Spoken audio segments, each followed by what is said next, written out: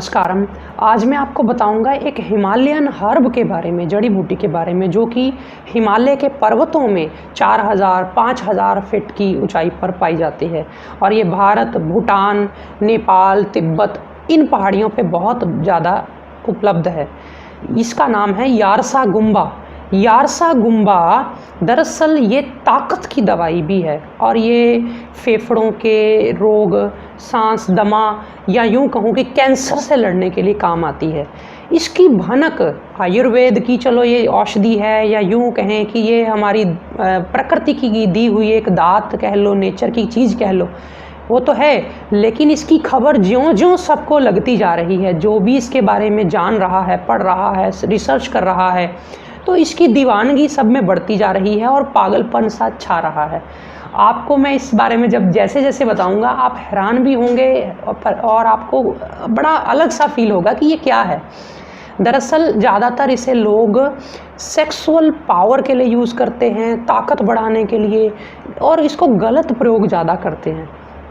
इसीलिए जहाँ पे ये उगती है या पैदा होती है वहाँ के आसपास के लोग मई जून के अंदर इसकी थोड़ी खेती तैयार होती है तो इतना पागलों की तरह हज़ारों की संख्या में पहाड़ों पे चढ़ जाते हैं इसको निकालने के लिए, क्योंकि ये खेती तो इसकी होती नहीं, ये नेचुरली अंदर से पैदा होगी। कैसे पैदा होती मैं आपको बताता हूँ।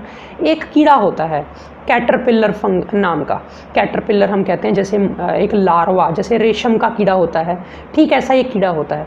रेशम का कीड़ा खुद के आसपास रेशम बनाता है। ये कीड़ा खुद नहीं बनाता है, ये अपने ठंड में सरवाइव करता है, ज़िंदा रहता है। गर्मी आने पे ये या तो मर जाता है या इस पे ऊपर फंगस आ जाती है। इस कीड़े के ऊपर फंगस आप समझ लीजिए जैसे मशरूम होती है, उसी तरह फंगस ये इसके ऊपर आ जाती है। तो थोड़ी सी फंगस आती है, जैसे एक जड़ सी बाहर जैसे कोई निकल आना, इस तरह से कोई इसके ऊपर, कीड़े के ऊपर फंगस आ जाती है और ये कीड़ा धीरे धीरे दम घुट के मर जाता है। तो फंगस आ करके इसको कीड़े के ऊपर जब लग जाती है, कीड़ा मर गया।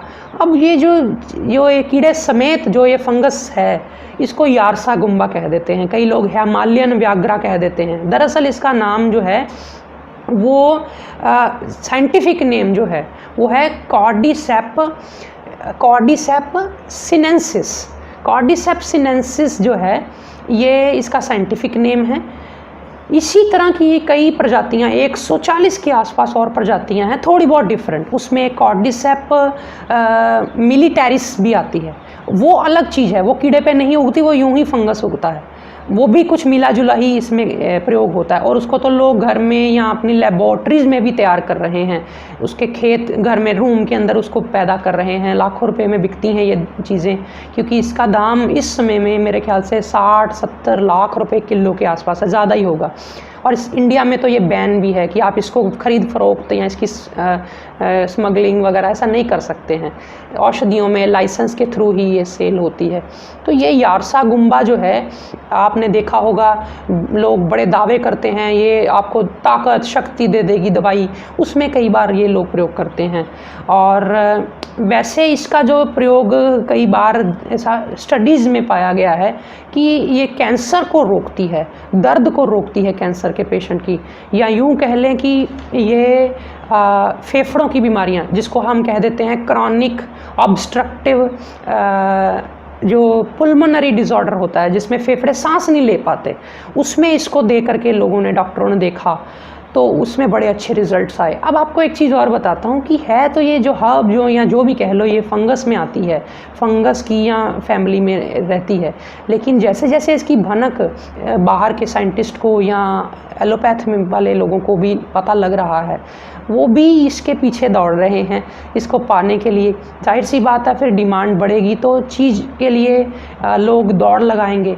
तो कहीं ना कहीं जहाँ पर ये बनती है पहाड़ियों में, जहाँ से वो लोग निकालते हैं, वहाँ पर वो इतना ज़्यादा हिमालयन पर्वत को ख़राब कर रहे हैं कि वहाँ पे रहना, 2 महीने इसको निकालने में लग जाना, या जो भी जून जुलाई में जाते हैं वो, तो उसमें वो फिर वहाँ लकड़ियाँ भी जलाना। हज़ारों लोग जब पहाड़ पे एक साथ चढ़ जाएंगे, लकड़ियाँ जलाएंगे, खाना भी पका रहे हैं, वहीं कपड़े धो रहे हैं, नहा रहे हैं, या कचरा भी वहीं फेंक रहे हैं। जैसे हम अपने ज़मीन पर नीचे रहते हैं, कचरा बनता है, तो पर्वत भी उसी तरह गंदे हो रहे हैं। ग्लेशियर में जो धुआं उड़ रहा है, उनके जलाने से, वो वहीं पर फिर वो ग्लोबल वार्मिंग होकर के ग्लेशियर पिघल रहे हैं। तो कहीं ना कहीं इम्पैक्ट, जब ज्ञान जो होता है सही हाथों में जाए तो बड़ा आगे तक जाता है, और जब गलत हाथों में बीच में जाने लग जाए तो उसका प्रयोग जो गलत होने लग जाए, तो ऐसे ही होता है फिर कि हर चीज़ का नाश होना, हर चीज़ का नुकसान होना। तो नुकसान भी होने लग गए हैं हमारे इस चीज़ों को। वैसे ये बुरी नहीं है, इसके ऊपर आप स्टडी ज़रूर करना। मेरा मकसद इस वीडियो को बना करके कोई इसकी इल्लीगल आपको प्रोसेस सिखाना नहीं था। मेरा मकसद सिर्फ इतना था कि आप ऐसी हर्ब्स के बारे में जानो जो हमारे पर्वतों में, जो हमारी पर्वतों की गोद में बड़ी पड़ी हैं, और इनका प्रयोग अभी तो हमने सिर्फ जानना कि ये 2, 4, 5 ऐसी बीमारियों में काम आती हैं, या यूँ कह लो कि स्किन प्रॉब्लम में काम आती है, नपुंसकता में काम आती है, इरेक्टाइल डिस्फंक्शन में काम आती है। तो इस 2, 4, 5 हमने निकाला है इसका, लेकिन अगर इसके ऊपर काम अच्छे से किया जाए, रिसर्च की जाए, तो पता चलेगा कि पता नहीं ये क्या क्या कर सकती है। और ये है भी बहुत तेज़। लोग, इसकी डिमांड चाइना में बहुत है, बाहर के कंट्रीज़ के लोग तो इसको कई गुना कीमत देके ले जाते हैं कि बाहर किसी और के हाथ आए ही ना। मैंने अब हालांकि इसको कभी लाइव प्रयोग नहीं किया है, मुझे कभी इतनी ज़रूरत भी महसूस नहीं हुई है, लेकिन मैं इसके बारे में आपको इसलिए बता रहा हूँ कि अगर कोई व्यक्ति इसके बारे में जानता हो तो ज़रूर और डिटेल पढ़ने के लिए मेरे पास कई टीचर्स भी आते हैं, कई लोग आते हैं कि हम PhD कर रहे हैं। मैं उनको पूछता हूँ किस चीज़ पे कर रहे हैं, तो कई बार उनको खुद ही कन्फर्म नहीं होता कि उनका मन उस चीज़ पे है कि नहीं है। मैं आपको ऐसे ऐसे टॉपिक्स इसलिए बताता हूँ कि आपका अगर मन है तो आप इसके ऊपर रिसर्च करें, काम करें, स्टडी करें, और ज़्यादा इन्वेंट करें, ताकि आयुर्वेद आगे बढ़ सके, हमारी परंपरा आगे बढ़ सके, हम अपनी परंपरा के बारे में एटलीस्ट जान सकें कि क्या है वो। बाकी ये है बहुत अच्छा, ये इंडिया में बैन है, लेकिन नेपाल में पहले बैन था, नेपाल वालों ने अब बैन हटा दिया है। तो जिन लोगों को भी ये उपलब्ध है या ऑनलाइन भी अगर मिलता है, तो आप वैद्यकीय परामर्श से इसका प्रयोग कर भी सकते हैं, क्योंकि ये पौरुष को बढ़ाता है, ताकत को बढ़ाता है। जिन लोगों को भी इनफर्टिलिटी है उसमें ये बहुत अच्छा है। तो आपको ऐसी ही जानकारियां मैं समय समय पर देता ही रहूँगा। आप बने रहिए हमारे इस चैनल के साथ। आज फिलहाल इतना ही। नमस्कारम।